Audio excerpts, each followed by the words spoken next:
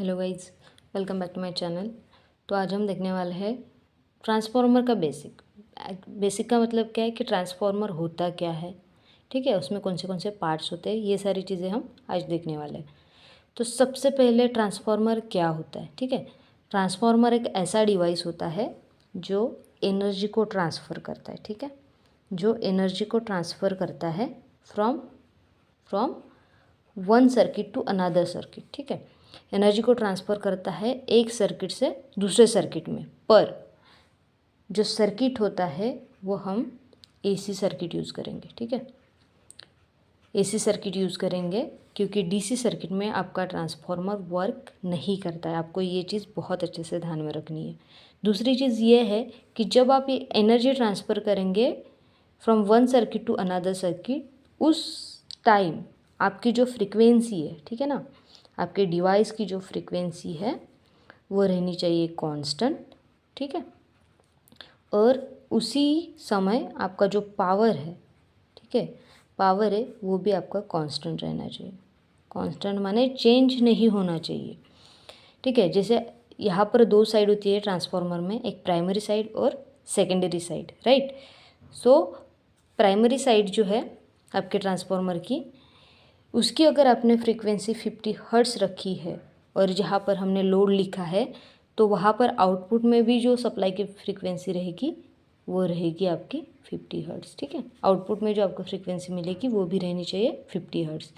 तो इस प्रकार आपका ट्रांसफार्मर वर्क करता है कि एनर्जी एक साइड से दूसरे सर्किट में ट्रांसफ़र करते हैं without changing frequency and power change नहीं होता, इसका मतलब क्या है। तो फिर अगर पावर चेंज नहीं हो रहा है तो कर क्या रहे ट्रांसफार्मर, राइट। तो बेसिकली पावर चेंज नहीं, पावर का फॉर्मूला आपको पता है, V इंटू आई होता है, right. V into I equals to power. तो हम क्या करेंगे, पावर को कांस्टेंट रखेंगे। तो क्या करेंगे, एक तो आप वोल्टेज को चेंज करिए, कम या ज़्यादा करिए, या फिर करंट को कम या ज़्यादा करिए। तो क्या होगा, अगर आपने यहाँ पर दिया है 2 एम्पियर करंट और 230 वोल्ट वोल्टेज, ठीक है। तो प्राइमरी में अगर आप यहाँ पर 230 वोल्ट वोल्टेज दे रखे हैं और आपको अगर सेकेंडरी में पावर कांस्टेंट रखना है, तो क्या करना पड़ेगा, वोल्टेज को अगर आप बढ़ा रहे तो करंट को क्या करना पड़ेगा, आपको कम करना पड़ेगा, तब जाके आपका जो पावर है वो रहेगा कांस्टेंट, ओके। नेक्स्ट चीज़, ट्रांसफार्मर को हम स्टैटिक डिवाइस भी कहते हैं। क्या कहते हैं, स्टैटिक डिवाइस। स्टैटिक डिवाइस क्यों कहते हैं हम, स्टैटिक का मतलब आई गेस सबको पता होगा। स्टैटिक का मतलब क्या होता है, स्टेबल, स्टेशनरी, राइट। तो स्टैटिक डिवाइस इसलिए कहते हैं क्योंकि ट्रांसफार्मर जो है उसमें कोई भी रोटेटिंग पार्ट नहीं होता है, ठीक है। इसमें कोई भी रोटेटिंग पार्ट ना होने के कारण हम इसे कहते हैं स्टैटिक डिवाइस, ठीक है। ये बेसिक हुआ, हमें समझ आया कि ट्रांसफार्मर बेसिकली क्या करता है, एनर्जी को ट्रांसफ़र करता है from one circuit to another circuit, but in case of AC and without changing frequency and power, okay. So this is the basic of transformer, ठीक है। तो यहाँ पर जो ईएमएफ इंड्यूस होता है, ठीक है, यहाँ से जो आपने सप्लाई दिया, वो सप्लाई यहाँ से सप्लाई देने के बाद फ्लक्स इंड्यूस हुआ, और यहाँ पर जो लिंक किया, ठीक है, यहाँ पर जो लिंक किया, तो यहाँ पर जो ईएमएफ इंड्यूस होगा लोड में, ठीक है, उसे कहते हैं हम statically induced EMF. Statically induced EMF.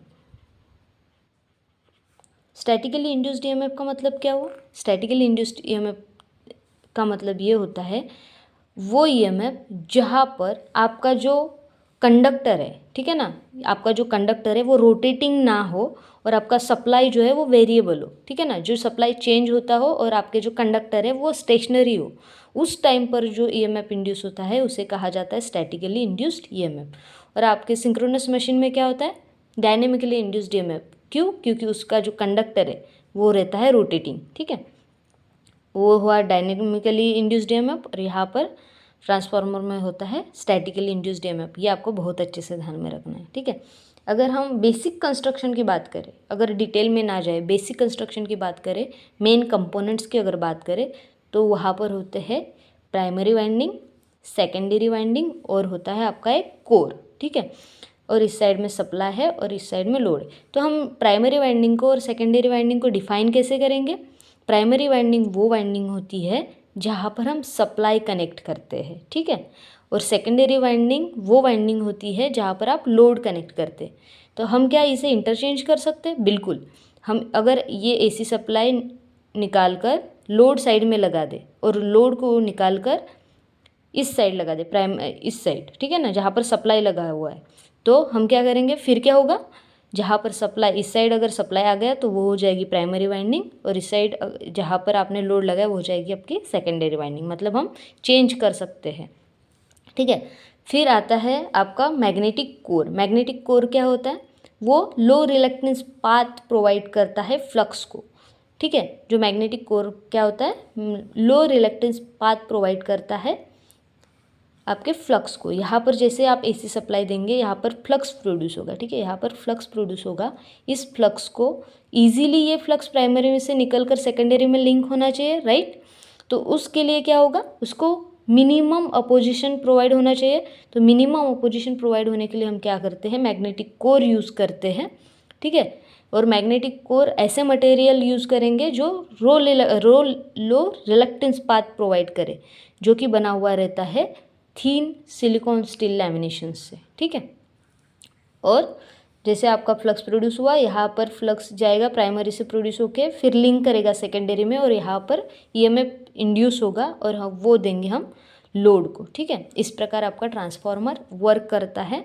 तो ये था बेसिक इंट्रोडक्शन ऑफ ट्रांसफार्मर, ठीक है। आई होप आपको समझ में आया होगा, ठीक है। नेक्स्ट वीडियो में हम क्या करेंगे कि उसका कंस्ट्रक्शन बहुत डिटेल में देखेंगे। जैसे उसमें एक ट्रांसफार्मर में बहुत सारी बेसिक चीज़ें होती है, जैसे हो गया कंजर्वेशन टैंक हो गया, ट्रांसफार्मर का टैंक हो गया, ठीक है, ट्रांसफार्मर का कोर हो गया, फिर कोर किस मटेरियल से बना हुआ रहता है, या फिर वाइंडिंग किस मटेरियल से बनी हुई रहती है, राइट।